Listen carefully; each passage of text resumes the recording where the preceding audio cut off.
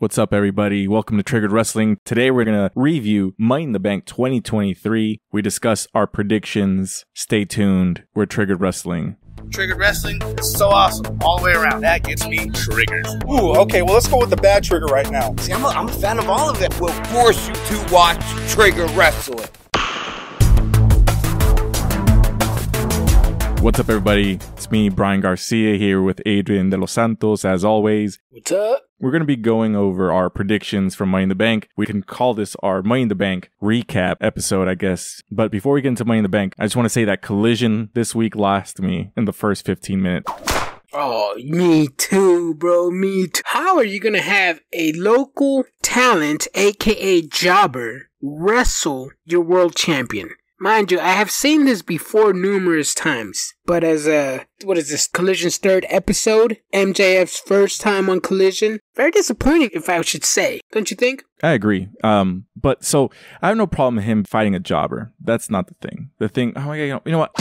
There is a problem with him fighting a jobber, bro. And at this point, I mean, the world heavyweight champion needs a tune-up match, right? On Collision, when you want people to watch the show. So the first thing they see is MJ fighting some local talent, beats him up, squash match, then calls out a local talent who ends up being Ethan Page, who is, first of all, under contract to Matt Hardy currently, right? Yes, under contract, yes. And this story mostly started on AEW Dark, finished up on Rampage because Dark is dead. So, I mean, other than that, I mean, I would consider myself, I'm a jobber. I would consider Ethan Page a jobber at this point as well. So just because he's a local talent, he's getting a title shot here, much to the same way that Zelina Vega got a title shot for Rhea Ripley in Puerto Rico. Correct.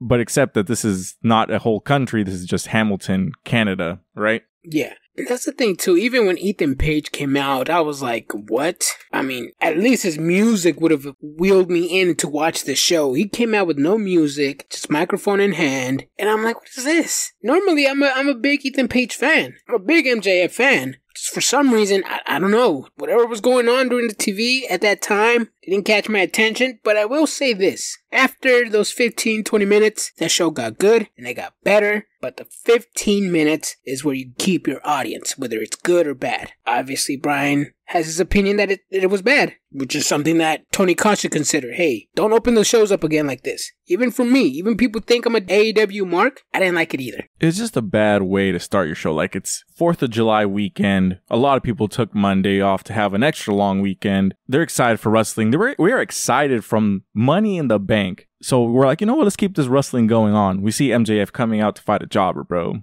Yes, it was... You know what? Sorry. This reminds me of the time we went to go see the WWE live event here in Sacramento. And I don't remember who it was, but I think it might have been Baron Corbin. Let's just say it's Baron Corbin for the sake of things. He was just like, I'll fight anybody from Sacramento. And then Drew Gulak comes out because they announced that his grandma is from Sacramento, California. Which I'm sure they do that in every fucking town that they go to. Like if it's some fucking town in Illinois. Yeah. Oh, it's Drew Gulak's grandma lives here, because like, who the fuck's gonna check anyways, you know what I mean? So that's exactly what I felt with Ethan Page. Yeah, I think it was one of the Lotharios, Humberto, I think that's his name. I think it was when he came out with the microphone, I think he said that. Or I think it might have been Drew Gulak. I don't know, bro.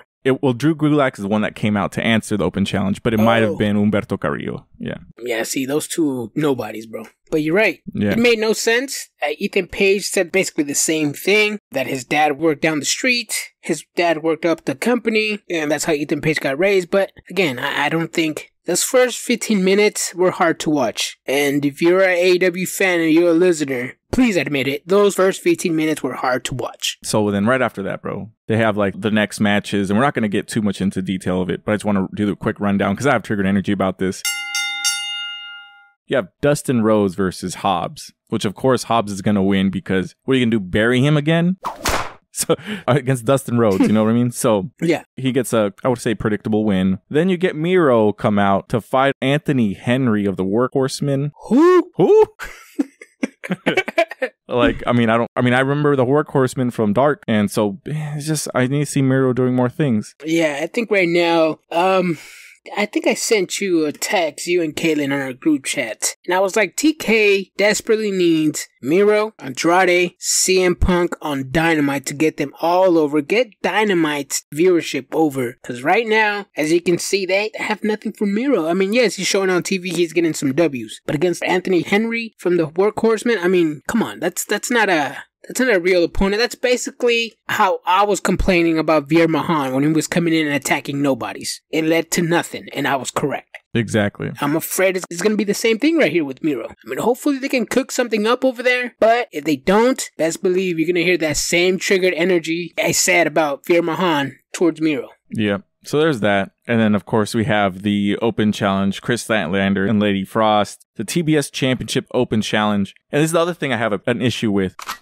So, Jade Cargill was a champion for so long, defending the title quite frequently, I would say. Involved with questionable storylines with the baddies, but she was there defending the title against Taya Valkyrie. She was a champion, a working champion, yeah. Yeah, working champion. The only thing I have to say here is that she's fighting Bila Bila from Bila's Hair Studio in Sacramento, California. She's fighting Lady Frost.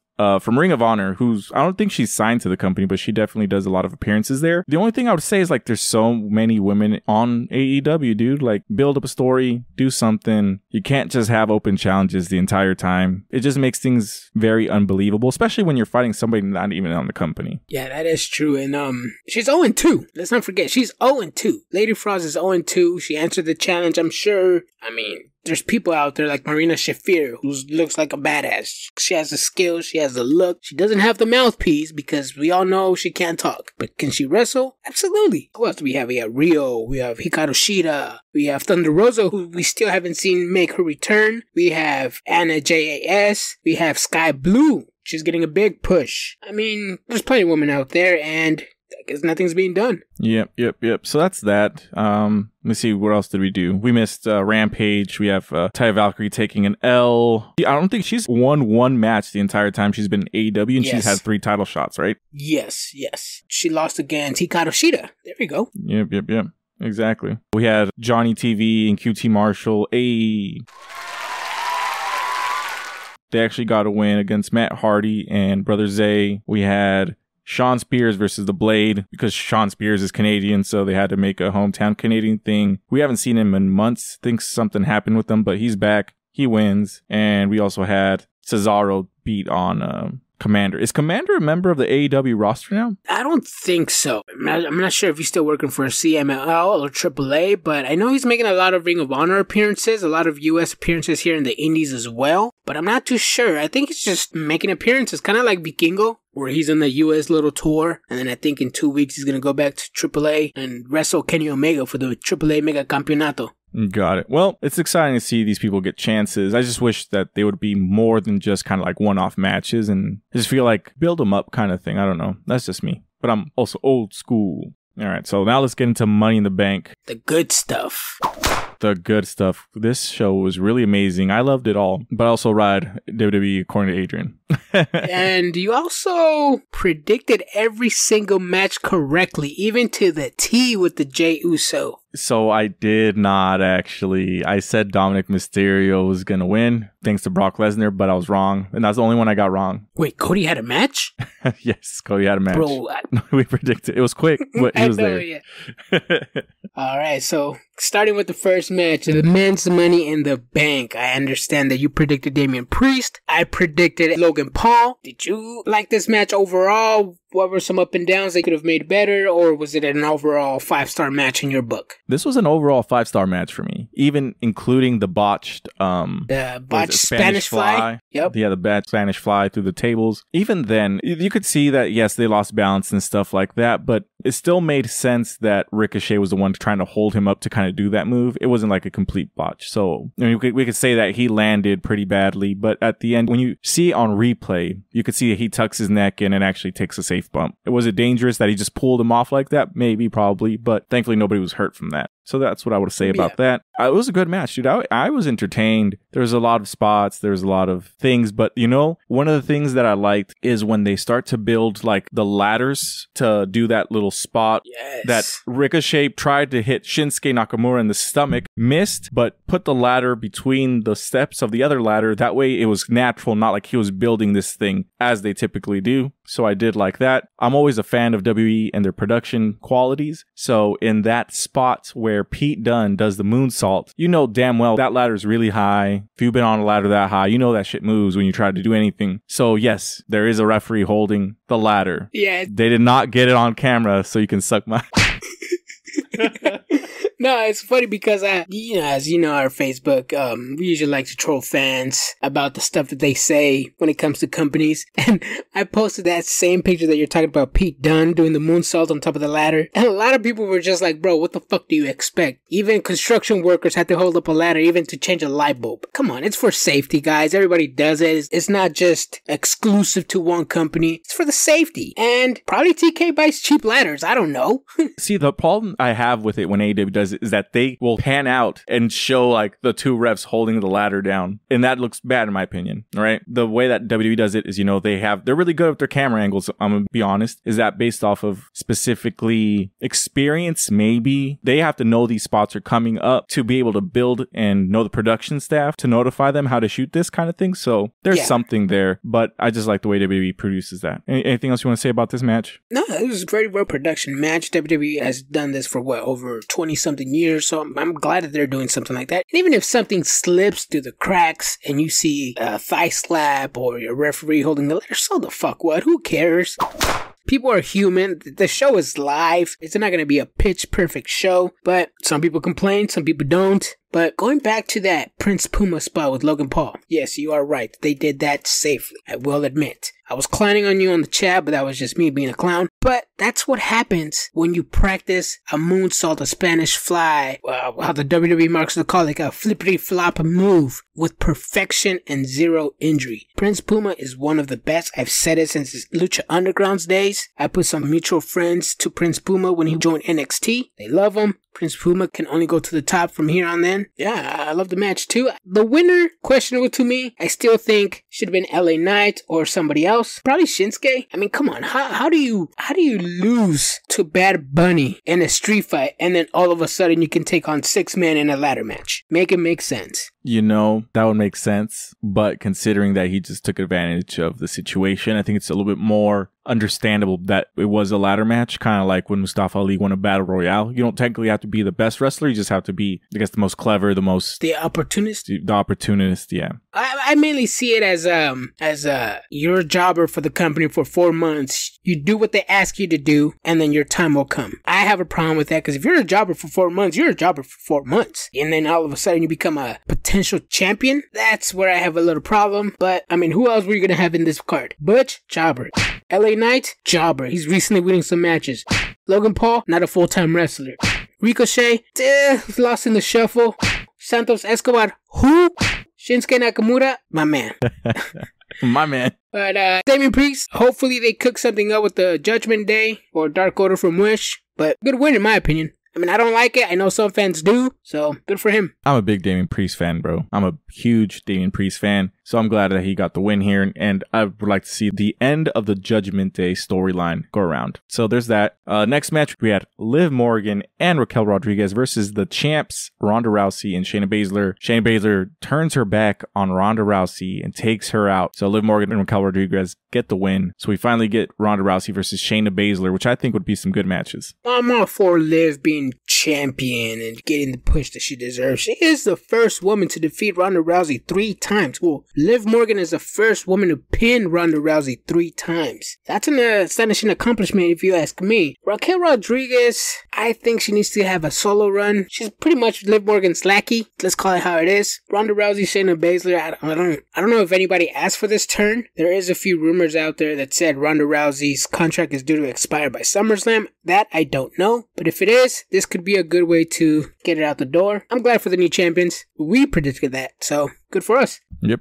That's We predicted that. Then we get Gunther versus Matt Riddle. And, Gunther wasn't going to lose this match. If you watch Raw, Gunther was stomping on Matt Riddle's ankle. So he came into it with an injured ankle. To me, even though Matt Riddle lost, he still came out credible, as any babyface would in this scenario. So Gunther gets the W. Good, yeah. Gunther was not going to lose this match. No way. I mean, look at Gunther's previous title challengers. Xavier Woods, Mustafa Ali, Riddle, Jobber.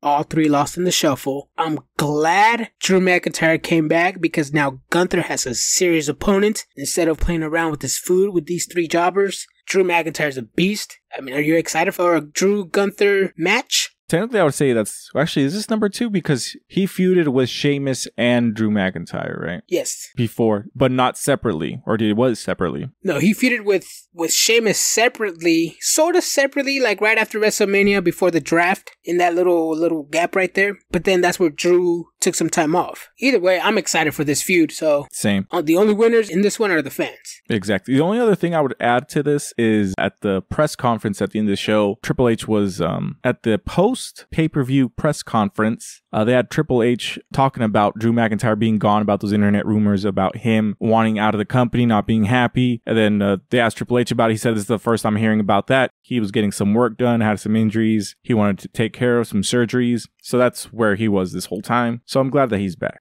And then after that, we had Cody Rhodes versus Dominic Mysterio. And this was a glorified squash match? I mean, how would you say this match was? Yeah, it was a goofy ass, I don't know, disappointment. I know a lot of people are Dominic fans out there. Not me, but Dominic Mysterio was wrestling Cody Rhodes, but this did not help Cody or Dominic at all. You could have taken this match off the Premium Live event and nobody would have cared. I think they just wanted to put Dominic on TV so he can get booed. I don't know, but to be honest, I even forgot they even had a match. And I'm a Cody fan. That tells you a lot. Yeah, I mean, it did what it was supposed to do. Get heat on Dominic. Cody Rhodes got a win on a Premium Live event. So it came all down to what was expected there. What was unexpected was John Cena coming out next, bro,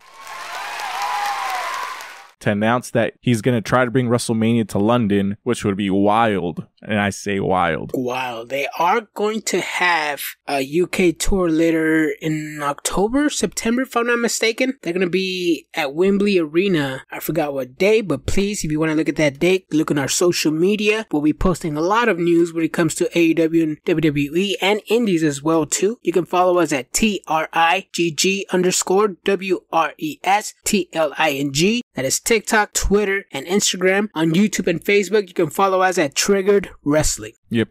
Definitely give us a follow. Grayson Waller is still injured, so he just came out and have a battle of the mouths against John Cena. He ends up taking an attitude adjustment, gets sent on his way. Then we have the women's Money in the Bank ladder match. Did you say that Io Sky was going to win? I don't remember. Yes, we both said it. Okay, so Io Sky, the predicted winner, gets the win. I did like how she ended up winning, with handcuffing Bayley and Becky Lynch to each other through the ladder. That was smart the way they played it, like at the beginning, and they waited for the payoff to go towards the end. Her to do the handcuffing and win. It was definitely a great photo op, but I liked it. Anything you want to say about this, Adrian? Yeah, Io Sky is just an amazing wrestler, man. I mean, why can't they do the same to Asuka? Why? I mean, I know Paul Levesque loves Asuka. That's his girl. That's the one he brought from Japan to the NXT to the main roster. Asuka is no more. It's the era of Io Sky. You don't need a gimmick. You don't need a story. All you need is your wrestling skills to do the talking. And that's what Io Sky has been doing the past few months.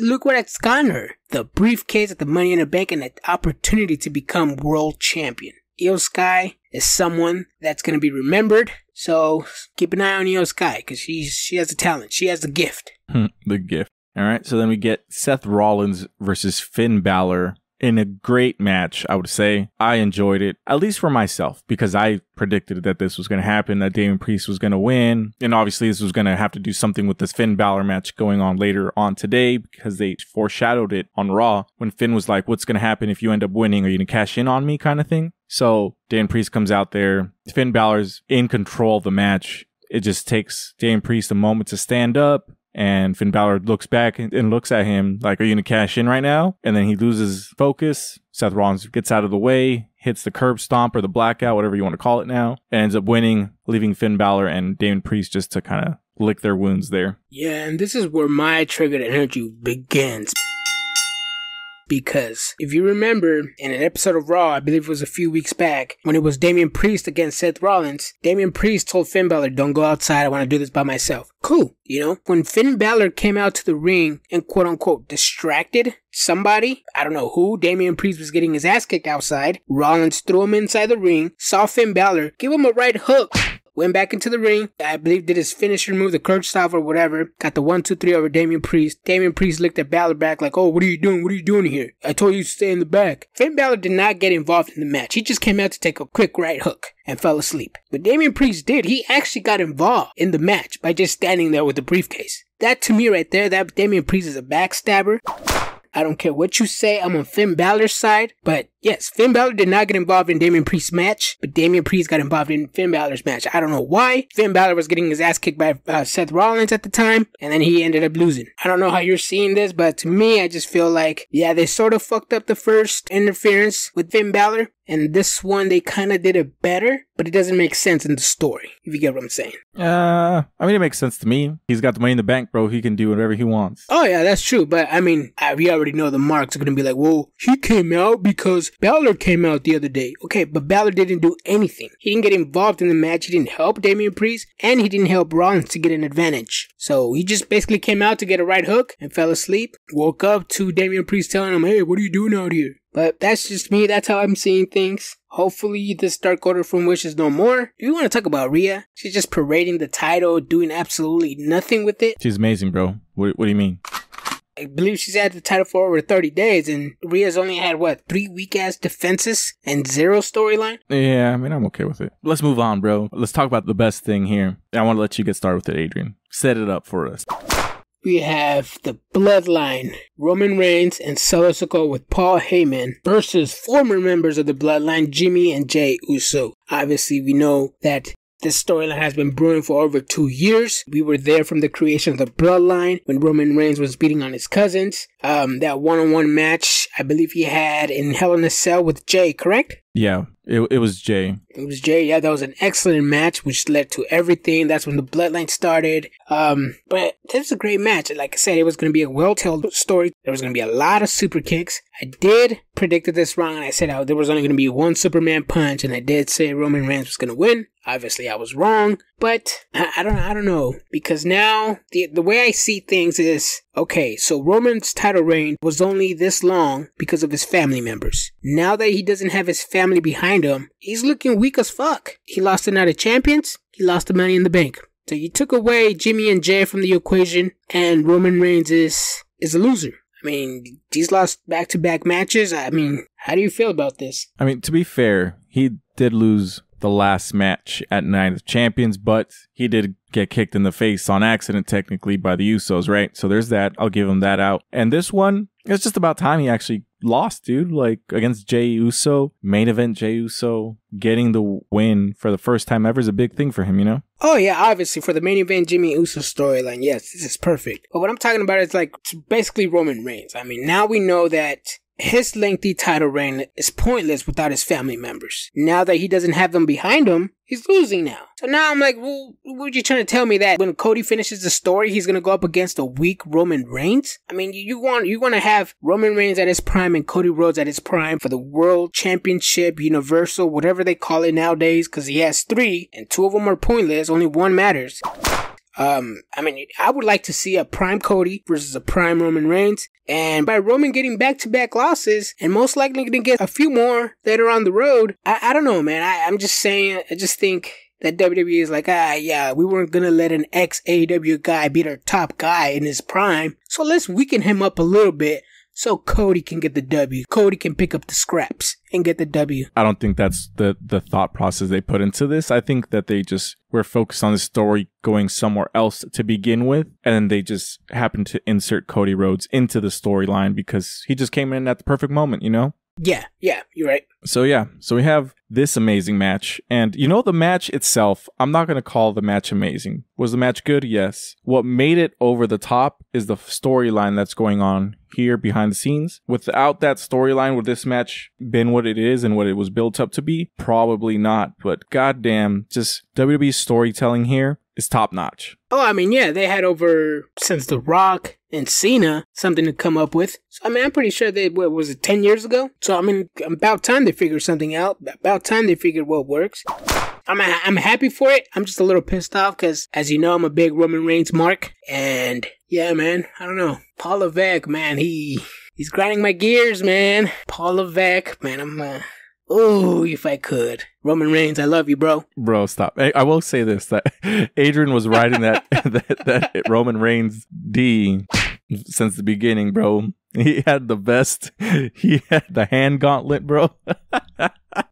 Fuck yeah, bro. I'll say that he was a fan of Roman Reigns before I was a fan of Roman Reigns. Yeah, I remember they were here in Sacramento, California, the third event at the Golden One Center. It was No Mercy. Roman Reigns, I bought the vest. I bought the little arm gauntlet thing that he has. Man, I thought I was in cloud 9. Yes, I'm a Roman Reigns mark. Anyways, so yeah, so that's Money in the Bank review here.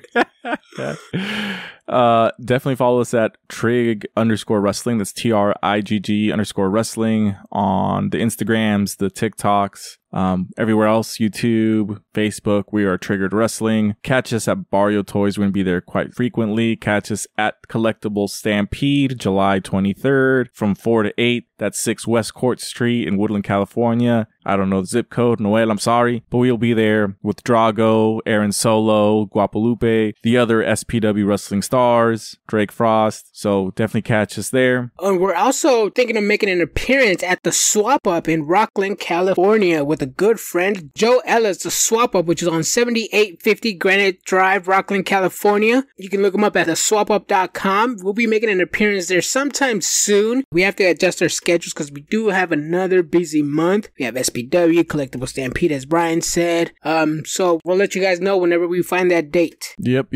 Catch our interviews on YouTube with some local indie talents here. If you guys know anybody or want anybody to be listed or want to be featured yourself, hit us up at our email or on any social media. Oh, yeah. And one last question, too, Brian. I know you were talking about the media scrum or the press conference after Money in the Bank. I saw some of it. And let me tell you, boy, that shit looks scripted as fuck. Do you think so? Because I believe so. It's scripted, dude. It's scripted. I'm not against it, dude. The questions are scripted. They're not going to be too hard hitting, but it is what it is. That's the only way you can kind of keep kayfabe alive, right? So there's that. Now, one thing I did want to bring up, and I forgot to mention in the beginning of our show, is that Natalya was awarded with 6 Guinness Book World Records at Money in the Bank.